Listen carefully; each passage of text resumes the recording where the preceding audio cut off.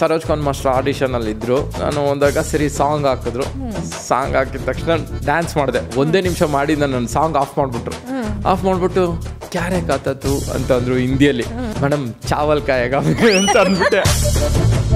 Contestant ಇದ್ದವ್ರಿಗೆ ಅವ್ರಿಗೆ ಸ್ವಲ್ಪ ಏನೋ ಹೆಲ್ತ್ ಇಶ್ಯೂ ಆಗಿ ಅವರು ಮಾಡೋಕ್ಕಾಗಿಲ್ಲ. ಚಾನಲ್ ಏನು ಮಾಡಿದ್ರು, ಓಕೆ ನೀನೇ ಕಂಟೆಸ್ಟೆಂಟ್ ಆಗ್ಬಿಡು ಅಂದ್ಬಿಟ್ಟು ನನ್ನ ಕಂಟೆಸ್ಟೆಂಟ್ ಆಗ್ತೇನೆ. ಈಗ ನಿನ್ ಬರೀ ಅಭಿಮಾನಿ ಅಲ್ಲಪ್ಪ, ನಿನ್ ಮೇಲೆ ಲವ್ ಆಗಿದೆಯಂತೆ. ಸ್ವಲ್ಪ ಮುಂಚೆನೇ ಹೇಳಿದ್ರೆ ಏನಾದರೂ ಯೋಚನೆ ಮಾಡ್ಬೋದಾಗಿತ್ತು. ಇವಾಗ ಕಷ್ಟ ಆ್ಯಕ್ಚುಲಿ.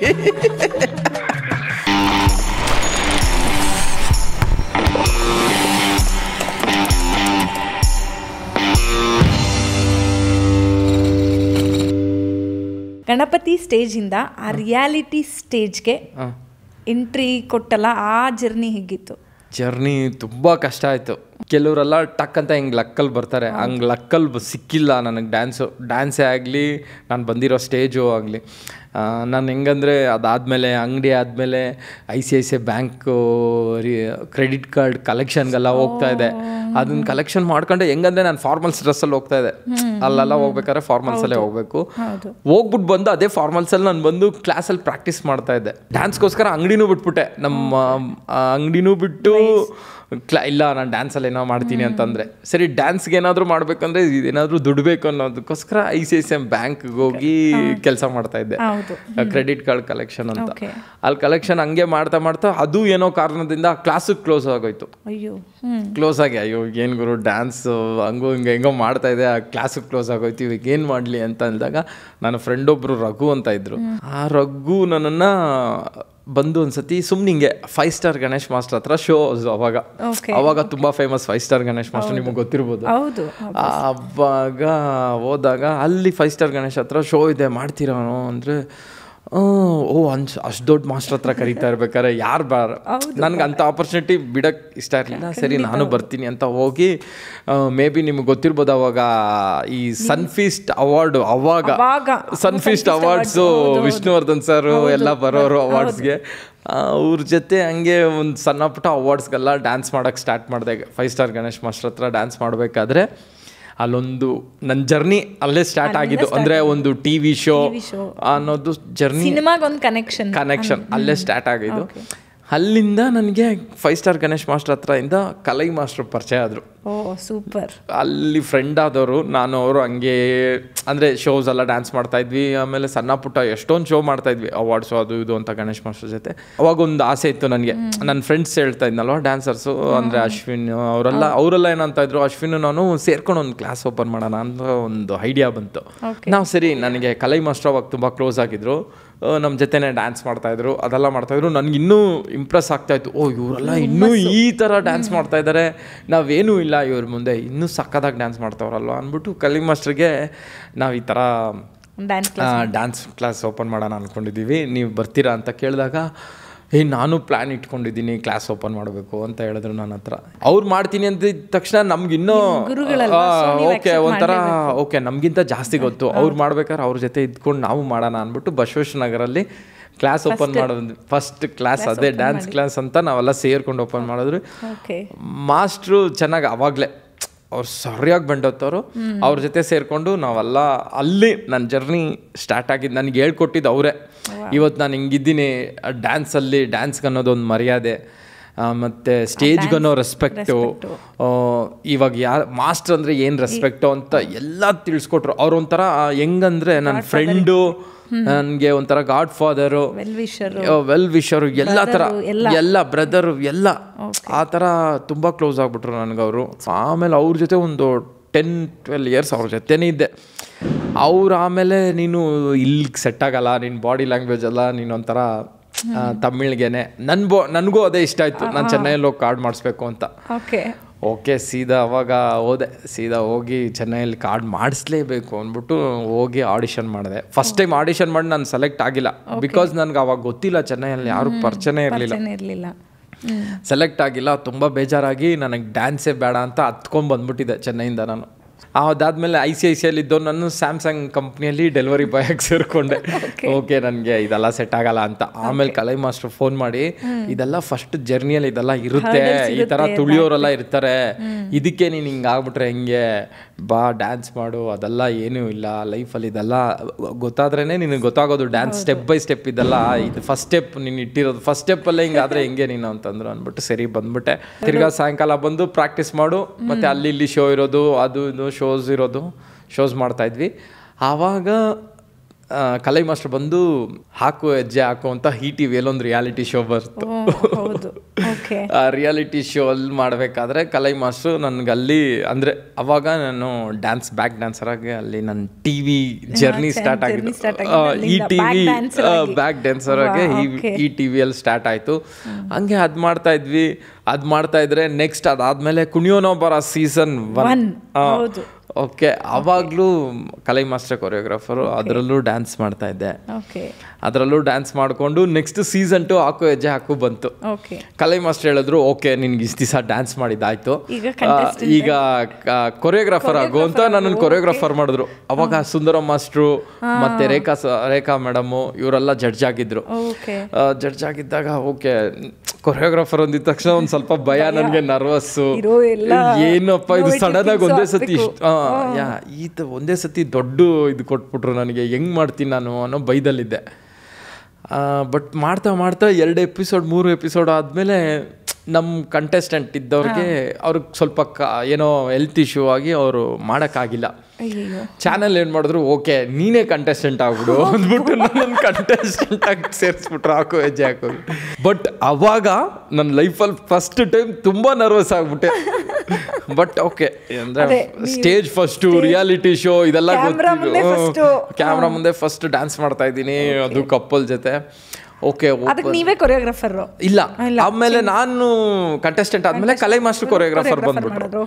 ಕಲೈ ಮಾಸ್ಟರ್ ಕೊರಿಯೋಗ್ರಾಫರ್ ಆದ್ರು. ಹಾಕು ಸರಿ, ಆ ಜರ್ನಿ ಹಂಗೆ ಸ್ಟಾರ್ಟ್ ಆಯಿತು, ಚೆನ್ನಾಗಿ ಹೋಗ್ತಾ ಇತ್ತು. ಆ ಜರ್ನಿಯಲ್ಲಿ ಹಂಗೆ ಬಂದು ಆ್ಯಕ್ಚುಲಿ ಫೈನಲಲ್ಲಿ ಗೆಲ್ಲಬೇಕಾಗಿತ್ತು, ಸೆಕೆಂಡ್ ಪ್ಲೇಸ್ ಬಂದೆ, ಅಲ್ಲೂ ರನ್ನರ್ ಅಪ್ ಆಗಿ ಬಂದೆ. ನನಗೂ ರನ್ನರ್ ಅಪ್ ಅಂದರೆ ಸ್ವಲ್ಪ ಹೌದು. ಓಕೆ, ಅಲ್ಲಿ ರನ್ನರ್ ಅಪ್ ಆದೆ. ಓಕೆ, ಅಲ್ಲಿ ಒಂದು ಒಳ್ಳೆ ಹೆಸರಾಯಿತು. ಓಕೆ, ಒಂದು ಅನುಭವ ಬಂತು. ಬಟ್ ಅದಾದಮೇಲೆ ರಿಯಾಲಿಟಿ ಶೋ ಮಾಡಬಾರ್ದಪ್ಪ, ಡ್ಯಾನ್ಸ್ ಶೋ ಸಾಕು ನನಗೆ, ನಾನು ಏನೇ ಮಾಡಿದ್ರು ಕೊರಿಯೋಗ್ರಾಫರ್ ಆಗೇ ಬೇರೆ ಥರ ನೇಮ್ ಮಾಡೋಣ ಸಾಕು ಅಂದ್ಬಿಟ್ಟು ರಿಯಾಲಿಟಿ ಶೋ ಮಾಡೋದು ಬಿಟ್ಬಿಟ್ಟೆ. ಅಲ್ಲಿಗೇನೆ ರಿಯಾಲಿಟಿ ಶೋ ಮಾಡಿ ನೆಕ್ಸ್ಟ್ ಅದಾದಮೇಲೆ ಡಿ ಸ್ಟಾರ್ಟ್ ಆಯಿತು ತೆಲುಗಲ್ಲಿ. ಅಪ್ಪು ಸರ್ ಅದಕ್ಕೆ ಬ್ರ್ಯಾಂಡ್ ಅಂಬಾಸಿಡರ್ ಆಗಿದ್ರು, ಅದಕ್ಕೂ ಕಲೈ ಮಾಸ್ಟರ್ ಕೊರಿಯೋಗ್ರಾಫರ್ ಆಗಿದ್ರು. ನಮ್ದೊಂದು ಟೀಮ್ ಇತ್ತು ಅವಾಗ, ನಾವು 6 ಜನ ಬಾಯ್ಸ್ ಇರ್ತಾ ಇದ್ವಿ. ಅದರಲ್ಲಿ ನಿಮ್ಗೆ ಇವಾಗ ಗೊತ್ತಿರ್ಬೋದಲ್ಲ, ಭೂಷಣ್ ಮಾಸ್ಟ್ರು, ನಾನು, ಇವರೆಲ್ಲ ನಾವೆಲ್ಲ ರೈಟ್ ಲೆಫ್ಟ್ ಒಂದು ಟೀಮ್ ನಮ್ದಲ್ಲ. ಓಕೆ, ಮಧು, ಪವನ್ ಮಾಸ್ಟರ್ ಅಂತ ಹೇಳಿ ಇವಾಗ ನಿಮ್ಗೆ ಗೊತ್ತಿರ್ಬೋದು. ಪವನ್ ಎಲ್ಲ ನಮ್ ಜೊತೆ ಡ್ಯಾನ್ಸ್ ಮಾಡ್ತಾ ಇದ್ರು ಜೊತೆಲೆಲ್ಲ. ಈಗೆಲ್ಲರೂ ಕೊರಿಯೋಗ್ರಾಫರ್ಸ್, ಬಿಕಾಸ್ ಯಾಕಂದ್ರೆ ಆ ಬೇಸ್ ಹಂಗೆ ಕಲೈ ಮಾಸ್ಟರ್ ನಾವು ಬೇಸ್ ಬುಡ ಅಷ್ಟು ಗಟ್ಟಿ ಇದೆ. ನಮ್ಮ ಕಲೈ ಮಾಸ್ಟ್ರು ಸಕ್ಕದಾಗಿ ಹೇಳ್ಕೊಡೋರು ಎಲ್ಲರಿಗೂ, ಅಂದರೆ ಹಿಂಗೆ ಮಾಡಬೇಕು, ಬರೀ ಡ್ಯಾನ್ಸ್ ಅಲ್ದಿರ ಅದ್ರ ಜೊತೆಗೆ ಎಲ್ಲ ಹೇಳ್ಕೊಡೋರು. ಎಥಿಕ್ಸ್ ಕೂಡ ಎಸ್, ಹಿಂಗಿರಬೇಕು, ಹಿಂಗೆ ಮಾಡಬೇಕು ಅನ್ನೋದು. ಇವತ್ತು ನಾವು ಹಿಂಗೆಲ್ಲ ಇದ್ದೀವಿ ಅಂದರೆ ಅದಕ್ಕೆ ಕಲೈ ಮಾಸ್ಟ್ರೇ. ಈ ಜರ್ನಿಲಿ ನೀವು ತೊಗೊಂಡ್ರೋ first salary I think 250 rupees. ಅದು ಹೆಂಗೆ ಡೇಗಲ್ಲ, ಇಲ್ಲ ಒಂದು ಶೋಗೆ ಒಂದು ಶೋಗೆ 250 ರೂಪೀಸ್. ಅದು ಕೆಲವರೆಲ್ಲ ಕೊಡೋರು, ಕೆಲವರು ಕೊಡ್ತಾ ಇರಲಿಲ್ಲ. ಬಟ್ ನಮಗೆ ಅವಾಗ ಡ್ಯಾನ್ಸ್ ಅಂದರೆ ಇಷ್ಟ. ಈಗ ಏನನ್ನೋದು, ಒಂದು ಶೋ ಇದ್ದಾಗ ನಾವು 1 ತಿಂಗಳು 15 ದಿವಸ ಪ್ರಾಕ್ಟೀಸ್ ಮಾಡ್ತಾ ಇದ್ವಿ. ಈಗಿರೋ ಡ್ಯಾನ್ಸರ್ಸ್ ಯಾರು ಹಂಗೆಲ್ಲ ಮಾಡಲ್ಲ. ಈಗ ಒಂದು ದಿವಸ ನಮ್ಗೆ ಈ ಡೇಟ್ ಇಲ್ಲ, ಒದ್ದಾಡ್ತಾರೆ. ನಮಗೆ ಪೆಟ್ರೋಲ್ಗೂ ಕಾಸು ಇರ್ತಾ ಇರಲಿಲ್ಲ, ಮತ್ತು ಊಟಕ್ಕೆ ಕಾಸು ಇರ್ತಾ ಇರಲಿಲ್ಲ. ನಾವು ಹಂಗೆಲ್ಲ ಬಂದಿದ್ದೀವಿ. ಅಂದರೆ ಹೆಂಗೆ ಕೇಳೋದು ಮಾಸ್ಟರ್ನ, ಊಟಕ್ಕೆ ಕಾಸಿಲ್ಲ, ಸರಿ ಬೇಡ ಬಿಡು ಅಂದ್ಕೊಂಡು ಹಂಗೆ ಊಟಕ್ಕೆ ಹೊಸ್ಕೊಂಡೆ ಪ್ರಾಕ್ಟೀಸ್ ಮಾಡ್ತಾಯಿದ್ವಿ. ಎಷ್ಟೊಂದು ಸತಿ ಏನನ್ನೋದು ಪೆಟ್ರೋಲಿಗೆ ಕಾಸು ಇಲ್ದಿರ ನಡ್ಕೊಂಡು ಮನೆಗೆ ಹೋಗಿರೋದೆಲ್ಲ ಇದೆ. ಗಾಡಿನ ಅಲ್ಲೇ ಕ್ಲಾಸ್ ಹತ್ರ ಹಾಕ್ಬಿಟ್ಟು 50 ರೂಪಾಯಿ ಅಮ್ಮ ಹತ್ರ ತೊಗೊಂಡು ಬಂದು ನೆಕ್ಸ್ಟ್ ಡೇ ಪೆಟ್ರೋಲ್ ಹಾಕ್ಸ್ಕೊಂಡು ಮನೆಗೆ ಗಾಡಿಗೆ ತೊಗೊಂಡು ಹೋಗಿರೋ ಪರಿಸ್ಥಿತಿ ಎಲ್ಲ ಇದ್ದೆ. 0 ಇಂದ ಶುರು ಮಾಡಿ ಇವತ್ತು ನೀನು ಮಾಸ್ಟರ್ ಅಂತ ತೊಗೊಂಡಿದ್ಯಾ ಹೆಸರು. ಈ ಜರ್ನಿಲಿ ನಿಮಗೆ ಸಿಕ್ಕಿರೋ ಬೆಸ್ಟ್ ಕಾಂಪ್ಲಿಮೆಂಟ್ ಅಂದರೆ ನನಗೆ ನಾನು ಹಿಂಗೆಲ್ಲ ಮಾಡಿ ಡಿ ಎಲ್ಲ ಮಾಡಿದ್ನಲ್ಲ, ಡಿ ಆಗಿ ನೆಕ್ಸ್ಟ್ ತೆಲುಗು ಡಿನೂ ಮಾಡಿದ್ವಿ ನಾವು. ತೆಲುಗು ಡಿ ಮಾಡಬೇಕಾದ್ರೆ ನನಗೊಂದು ಕಾಲ್ ಬರುತ್ತೆ. ಅದೇ ನನ್ನ ಲೈಫಲ್ಲಿ ಒಂದು ತುಂಬ ಬೆಸ್ಟ್ ಮೂಮೆಂಟ್ ಅಂದರೆ ಅದೇ. ಅದು ಒಂದು ವರ್ಲ್ಡ್ ಟೂರ್ಗೆ ಸೆಲೆಕ್ಷನ್ ಬರುತ್ತೆ ಬೆಂಗಳೂರಲ್ಲಿ. ವರ್ಲ್ಡ್ ಟೂರು ಅಂದರೆ ಆ್ಯಕ್ಚುಲಿ ಅದು ಬಂದು ಸರೋಜ್ ಖಾನ್ ಮಾಸ್ಟ್ರು, ಗಣೇಶ್ ಆಚಾರ್ಯ, ರೆಮೋ ಡಿಸೋಸಾ ಮತ್ತು ಗಣೇಶ್ ಹೆಗ್ಡೆ, ಇವರೆಲ್ಲ ರಾಜ್ ಸುಂದರ ಮಾಸ್ಟ್ರು ಇದಕ್ಕೆಲ್ಲ ಕೊರಿಯೋಗ್ರಾಫರ್ಸು. ಓಕೆ. ಅದೇ ನನ್ನ ಬೆಸ್ಟ್ ಮೂಮೆಂಟ್, ನನ್ನ ಲೈಫ್ ಒಂದು ಟರ್ನಿಂಗ್ ಪಾಯಿಂಟ್ ಅದು. ಅದಕ್ಕೆ ಆಡಿಷನ್ಗೆ ಕರೆದ್ರೆ ಅದು ಹೆಂಗಂದರೆ ಇಡೀ ಇಂಡಿಯಾಲಿ 36 ಡ್ಯಾನ್ಸರ್ಸ್ನ ಮಾತ್ರ ಸೆಲೆಕ್ಟ್ ಮಾಡ್ತಾರೆ, ಬಾಯ್ಸ್ನ 36 ಮೆಂಬರ್ಸ್ನ ಮಾತ್ರ ಸೆಲೆಕ್ಟ್ ಮಾಡ್ತಾರೆ ಇಡೀ ಇಂಡಿಯಾಲಿ. ಭಯ, ನನ್ನ ಲೈಫಲ್ಲಿ ಆಡಿಷನ್ ಅಲ್ಲ, ನಾನು ಸೆಲೆಕ್ಟ್ ಹೋಗೇ ಇಲ್ಲ ಯಾವತ್ತೂ, ನನ್ನ ಲೈಫಲ್ಲಿ ಆಡಿಷನ್ ಅನ್ನೋದೇ ಮಾಡಿಲ್ಲ ನಾನು. ಸರಿ ಓಕೆ ಹೋಗೋಣ ಅಂದ್ಬಿಟ್ಟು ಆ ಆಡಿಷನ್ಗೆ ಹೋದರೆ ಒಂದು 200-300 ಜನ ಆಡಿಷನ್ಗೆ ಬಂದಿದ್ದಾರೆ. ಎಲ್ಲ ಕಲರಾಗೆ ಸಖತ್ತಾಗಿದ್ದಾರೆ, ಫುಲ್ ಕಲರ್ಫುಲ್ಲಾಗಿ ಡ್ರೆಸ್ಸೆಲ್ಲ ಹಾಕೊಂಡು ಫುಲ್ ಪಂಕಾಗಿ ಹಂಗಿಲ್ಲ ಇದ್ದಾರೆ. ನಾನು ಸ್ವಲ್ಪ ಪ್ಯಾದೇನೆ ಅವಾಗಲೂ ಅಂದರೆ ಬೊಟ್ಟು ಗಿಟ್ಟು ಹಿಡ್ಕೊಂಡು ಹಿಂಗೆ ಸ್ವಲ್ಪ ಹಂಗೆ ಇರ್ತಾಯಿದ್ದೆ. ಓಕೆ ಸರಿ ಆಯಿತು ನೋಡೋಣ, ಟ್ರೈ ಮಾಡೋಣ ಅಂದ್ಬಿಟ್ಟು ಸರೋಜ್ ಖಾನ್ ಮಾಸ್ಟರ್ ಆಡಿಷನಲ್ಲಿ ಇದ್ದರು. ಅವ್ರ ಅಸಿಸ್ಟೆಂಟ್ ಒಬ್ಬರು ಮುನ್ನಿದಿ ಅಂತ. ಎಲ್ಲರದು ಆಯಿತು ಆಡಿಷನ್ಗೆ, ಎಲ್ಲರದು ಹೋಗ್ತಾಯಿದ್ರು. ನಾನು ಹೋದೆ. ನಾನು ಹೋದಾಗ ಸರಿ ಸಾಂಗ್ ಹಾಕಿದ್ರು. ಸಾಂಗ್ ಹಾಕಿದ ತಕ್ಷಣ ಡ್ಯಾನ್ಸ್ ಮಾಡಿದೆ. 1 ನಿಮಿಷ ಮಾಡಿ ನನ್ನ ಸಾಂಗ್ ಆಫ್ ಮಾಡಿಬಿಟ್ಟು ಕ್ಯಾರೆ ಕಾತತು ಅಂತಂದರು ಹಿಂದಿಯಲ್ಲಿ. ಹಿಂದಿನೂ ಅಷ್ಟೊಂದು ಬರ್ತಾಯಿಲ್ಲ. ನಾನು ತಮಾಷೆಗೆ ಏನು ಮಾಡಿದೆ, ಮೇಡಮ್ ಚಾವಲ್ ಕಾಯಾಗ ಅಂತ ಅಂದ್ಬಿಟ್ಟೆ. ಅವ್ರನ್ನ ನಕ್ಬಿಟ್ರೆ ಎಲ್ಲ ಜೋರಾಗಿ ನಕ್ಬಿಟ್ಟು ಓಕೆ ಎನಫ್ ಆಜಾವ್ ಬೇಡ ಅಂದ್ಬಿಟ್ರು. ಎಲ್ಲಾರನ್ನೂ ಫುಲ್ ಸಾಂಗ್ ಆಡಿಸ್ತಾಯಿದ್ರು. ನನಗೆ ಒಂದು ನಿಮಿಷ ಆಡಿಸಿ ಸ್ಟಾಪ್ ಮಾಡಿಬಿಟ್ರು. ನನಗೆ ಫುಲ್ ಭಯ ಆಗೋಯ್ತು, ಇದೇನು ಗುರು ಏನು ಹಿಂಗೆ ಮಾಡಿಬಿಟ್ರು, 1 ನಿಮಿಷದಲ್ಲೇ ಸಾಂಗ್ ಆಫ್ ಮಾಡಿಬಿಟ್ರು ನನಗೆ ಅಂದ್ಬಿಟ್ಟು ಸರಿ ಬಂದು ಸುಮ್ಮನೆ ಅವ್ರ ಹಿಂದೆನೇ ಕೂತಿದ್ದೆ, ನನ್ನನ್ನು ತಿರ್ಗಾ ಕರೀತಾರೇನೋ ಅಂತ. ಓಕೆ ಅದಾದಮೇಲೆ ಒಂದು ಗ್ರೂಪ್ ಮಾಡಿದ್ರು. ಅದರಲ್ಲೊಂದು 200-300 ಜನದಲ್ಲಿ ಒಂದು 10-12 ಜನ ಸೆಲೆಕ್ಟ್ ಮಾಡಿ ಬಾ ಅಂದ್ಬಿಟ್ಟು ಒಂದು ಸಾಂಗ್ ಕಂಪೋಸ್ ಮಾಡಿದ್ರು ಅವರು. ನಿಮಗೆ ಒಂದೇ ಮಾತರಂ ಆ ಸಾಂಗ್ ಅವರೇ ಕಂಪೋಸ್ ಮಾಡಿದ್ರು. ಅಲ್ಲಿ ಸ್ಪಾಟಲ್ಲಿ ಕಂಪೋಸ್ ಮಾಡಿ ಅದನ್ನು ಎಲ್ಲರೂ ಆಡಿ ತೋರಿಸ್ಬೇಕು ಅಲ್ಲೇ ಸ್ಪಾಟಲ್ಲಿ. ಕೊರಿಯೋಗ್ರಫಿ ಅದು ತುಂಬ ಸ್ವಲ್ಪ ಡಿಫಿಕಲ್ಟ್ ಆಗಿತ್ತು. ಅವರು ಅಂದರೆ ಅವ್ರು ನಿಮ್ಗೆ ಗೊತ್ತಿರ್ಬೋದು, ಅವರು ಒಂದು ಪಾಯಿಂಟ್ ಒಂದೊಂದು ಇದನ್ನು ಬೀಟ್ನ ಬಿಡದಿರ ಹಿಡಿದು ಮಾಡ್ತಾರೆ. ಮತ್ತೆ ನನಗದು ಹೊಸ ಸ್ಟೈಲು, ಸಡನ್ ಆಗಿ ಒಂದು ಹೊಸ style, semi classical with Bollywood. ಅದು ನನಗೆ ಸಖತ್ತು ಟೆನ್ಷನ್ ಆಗೋಯ್ತು, ಇದೇನು ಗುರು ಹಿಂಗೆ ಕಂಪೋಸ್ ಮಾಡ್ತಾವ್ರೆ, ಆಡಲೇಬೇಕು, ಆಡಲಿಲ್ಲ ಅಂದರೆ ಕಷ್ಟ, ಇನ್ನು ಇಷ್ಟು ಕಷ್ಟಪಟ್ಟು ಆಡಿಷನ್ ಮಾಡಿದ್ದೀನಿ, ಸೆಲೆಕ್ಟ್ ಆಗ್ದಿರೋ ಹೋದರೆ ಮರ್ಯಾದೆ ಇರಲ್ಲ ಅಂದ್ಬಿಟ್ಟು ಓಕೆ ಟಕ್ ಅಂತ ಒಂದು 10-12 ಜನದಲ್ಲಿ ನಾನೇ ಫಸ್ಟ್ ಆಡ್ಬಿಟ್ಟೆ. ಓಕೆ ಅವಾಗಲೂ ಅಷ್ಟೇ ಮುರುಘ ಯು ಕಮ್ ಔಟ್ ಅಂದ್ಬಿಟ್ರು. ಏನು ಗುರು ಯಾಕೆ ನನ್ನನ್ನು ಮಾತ್ರ ಕಮ್ಔಟ್ ಅಂತಾರೆ ಯಾವಾಗಲೂ ಅಂದ್ಬಿಟ್ಟು ಸರಿ ಬಂದ್ಬಿಟ್ಟೆ. ಆಯ್ತು ಅಂದ್ಬಿಟ್ಟು ನನ್ನನ್ನು ಮನೆಗೂ ಕಳಿಸ್ಬಿಟ್ರು. ಬಂದು 2 ಡೇಸಿಗೆ ನನಗೆ ಕಾಲ್ ಬಂದು ಒಂದು 3-4 ಡೇಸಿಗೆ ನನಗೆ ಕಾಲ್ ಬಂತು. ಕಾಲ್ ಬಂದು ಈ ಥರ ಬಾ ಮುರುಘ ಅಂದರೆ ಕಾಲ್ ಬಂದು ಈ ಥರ ಹಿಂದಿಯಲ್ಲಿ ಏನೋ ಮಾತಾಡ್ತಾವ್ರೆ, ನನಗೆ ಅರ್ಥ ಆಗ್ತಾ ಇಲ್ಲ, ಏನು ಗುರು ಏನೋ ಹೇಳ್ತಾವ್ರು ಅರ್ಥ ಆಗ್ತಾ ಇಲ್ಲ ಅಂದ್ಬಿಟ್ಟು ನಮ್ಮ ಅಕ್ಕ ಇದ್ರ ಪಕ್ಕದಲ್ಲಿ ಅಕ್ಕ ಏನೋ ಹಿಂದಿಯಲ್ಲಿ ಏನೋ ಮಾತಾಡ್ತಾವ್ರೆ ಕೇಳಕ್ಕ ಅಂತಂದೆ.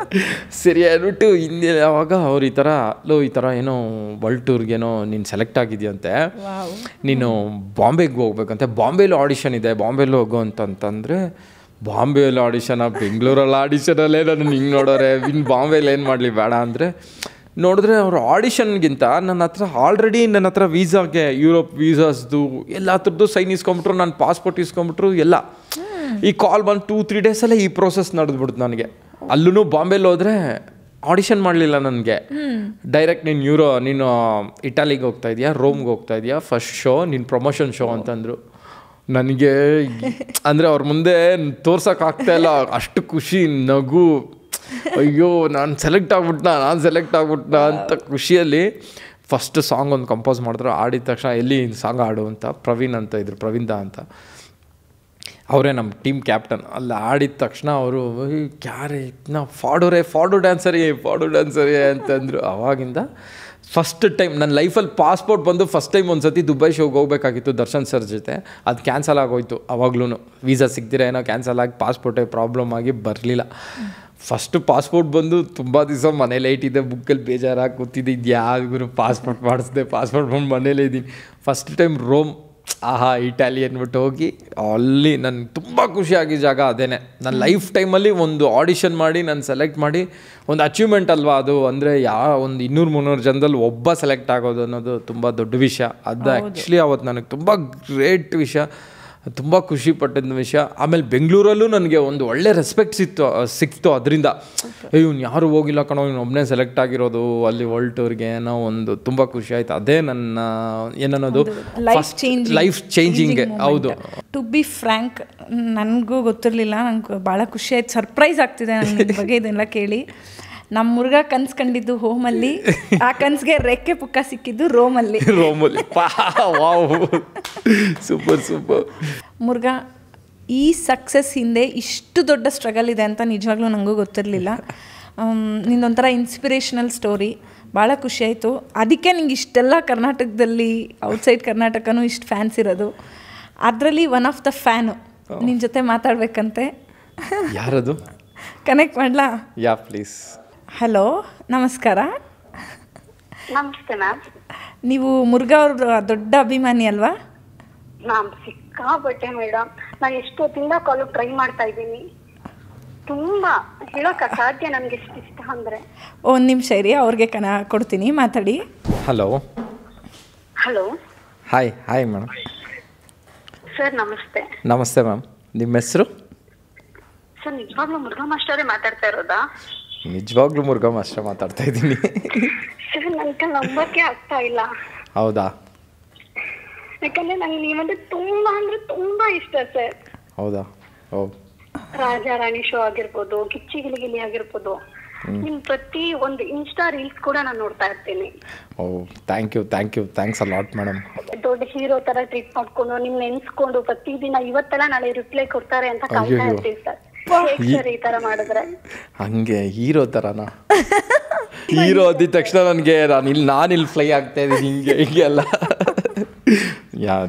ತುಂಬ ಥ್ಯಾಂಕ್ಸ್. ಆ್ಯಕ್ಚುಲಿ ನಿಮ್ಮ ಅಭಿಮಾನಕ್ಕೆ ನನಗೇನು ಹೇಳಬೇಕು ಅರ್ಥ ಆಗ್ತಾಯಿಲ್ಲ. ಸೀರಿಯಸ್ಲಿ ನೋ ವರ್ಡ್ಸ್ ಹೇಳೋಕ್ಕೆ. ತುಂಬ ಥ್ಯಾಂಕ್ಸ್. ನಿಮ್ಮ ಲವ್ಗೆ.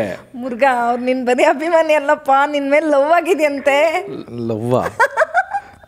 ಲವ್ ಅಂತ ಸ್ವಲ್ಪ ಮುಂಚೆನೇ ಹೇಳಿದ್ರೆ ಏನಾದರೂ ಯೋಚನೆ ಮಾಡ್ಬೋದಾಗಿತ್ತು. ಇವಾಗ ಕಷ್ಟ ಆ್ಯಕ್ಚುಲಿ. ನೋಡಿ ಸರ್, ಇಶಿತಾ ಅವ್ರಿಗೆ ಕನ್ವಿನ್ಸ್ ಮಾಡಿದ್ರೆ ಆಗುತ್ತೆ. ಇಶಿತಾ ಅವ್ರಿಗ ಸರಿ, ನೀವು ಫ್ರೀ ಇದ್ರೆ ಯಾವಾಗಾದ್ರೂ ಬನ್ನಿ, ಕನ್ವಿನ್ಸ್ ಮಾಡಿ. ನಾನೆಲ್ಲ ಕನ್ವಿನ್ಸ್ ಮಾಡಿದ್ರೆ ಹೊಡೆದು ಮನೆಯಿಂದ ಆಚೆ ಕಟ್ತಾರೆ.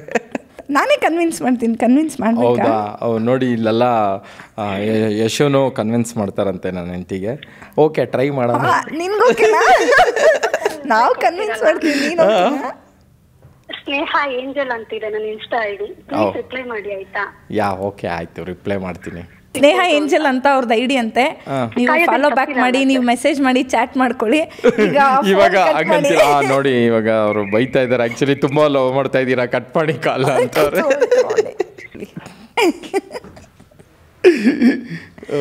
ಒಂದು ವಿಷಯ ನಾನು ಕೇಳಲೇಬೇಕು. ಆ್ಯಕ್ಟರ್ಸು, ಡೈರೆಕ್ಟರ್ಸು, ರೈಟರ್ಸು, ಈ 3 ಜನ ಇಂಡಸ್ಟ್ರಿಲಿ ಬಂದಾಗ ಅವ್ರ ಕಷ್ಟಗಳೇನಂತ ನಮಗೆ ಗೊತ್ತಿರುತ್ತೆ. ಹೌದು. ಕೊರಿಯೋಗ್ರಫರ್ ಕಷ್ಟ ಏನು? ಅಯ್ಯೋ, ಕೊರಿಯೋಗ್ರಾಫರ್ ಅಂದರೆ ನಿಮ್ಗೆ ಹೇಳದ್ನಲ್ವಾ, ನಿಮಗೆ ಒಂದು ಅರ್ಧ ಜರ್ನಿ ಹೇಳಿದೆ. ನಾನು ಹಿಂಗಿಂದ ಬಂದೆ. ಮತ್ತು ಕೊರಿಯೋಗ್ರಾಫರ್ಸ್ ಜರ್ನಿ ಹೆಂಗಂದರೆ ತುಂಬ ಕಷ್ಟ. ದಿನ ಅವ್ರ ಅಪ್ಡೇಟಲ್ಲೇ ಇರಬೇಕು.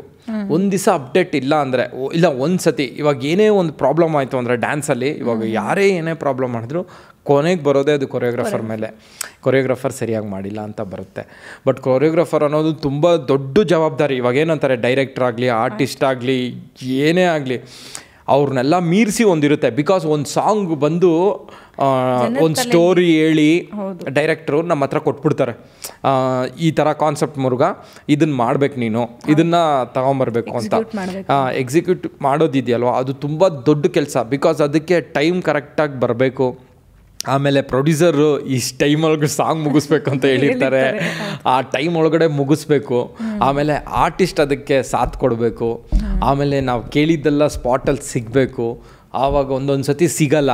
ಅದು ಸಿಗದೇ ಇರೋ ಟೈಮಲ್ಲಿ ಏನು ನಾವು ಅಚೀವ್ ಮಾಡ್ತೀವಲ್ವ, ಅದು ತುಂಬ ದೊಡ್ಡ ವಿಷಯ. ಕೊರಿಯೋಗ್ರಾಫರ್ಸ್ ಅನ್ನೋದು ಅಯ್ಯೋ, ಎಲ್ಲರೂ ನೋಡೋರಿಗೆ ಈಸಿ ಅನಿಸುತ್ತೆ. ಕೊರಿಯೋಗ್ರಾಫರ್ ಬರ್ತಾನೆ, ಡ್ಯಾನ್ಸ್ ಆಡ್ಬಿಟ್ಟು ಹೋಗ್ತಾನೆ.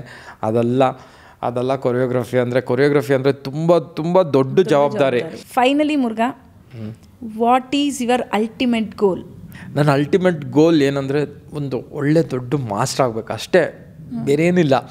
ನಾನು ಎಲ್ಲರೂ ಅಂದ್ಕೊಂಡಿರ್ಬೋದು, ನೀವು ಹೇಳ್ತಾ ಇದ್ದೀರಾ ಹೆಸರು ಮಾಡಿದ್ದೀರಾ. ನಮ್ಮ ತಾಯನಾಗ್ಲೂ ಏನಿಲ್ಲ. ನಾನು ಇನ್ನೂ 1% ಮಾಡಿದ್ದೀನಿ ಅಷ್ಟೇ. 1% ಮಾಡಿದ್ದೀನಿ, 100%ಅಲ್ಲಿ 1% ಮಾಡಿದ್ದೀನಿ. ಇನ್ನೂ ತುಂಬ ಅಚೀವ್ ಮಾಡಬೇಕಾಗಿರೋದಿದೆ. ಅಂದರೆ ಡ್ಯಾನ್ಸ್ಗೆ ಎಂಡೇ ಇಲ್ಲ ಅಂತಾರಲ್ವ, ಆ ಥರ ನನಗೆ ಎಂಡಿಲ್ಲ. ಅದು ಮಾಡ್ತಾ ಅಚೀವ್ ಐ ಥಿಂಕ್ ನಾನು ಮಾಡ್ತೀನಿ ಅಂತ ಅಂದ್ಕೊಂಡಿದ್ದೀನಿ. ಬಿಕಾಸ್ ದೇವರು 0ಇಂದ ಇಲ್ಲಿವರೆಗೂ ಕರ್ಕೊಂಡ್ಬಂದಿದ್ದಾನೆ, ನೆಕ್ಸ್ಟ್ ಅಲ್ಲಿಗೂ ಕರ್ಕೊಂಡು ಹೋಗ್ತಾನೆ ಅನ್ನೋ ಒಂದು ಪಾಸಿಟಿವ್ ಅಲ್ಲಿ ಇರ್ತೀನಿ. ಐ ಥಿಂಕ್ ಮಾಡ್ತೀನಿ. All the very best Murugha, ನಿನ್ನ ಫ್ಯೂಚರ್ಗೆ ಆಲ್ ದ ಬೆಸ್ಟ್.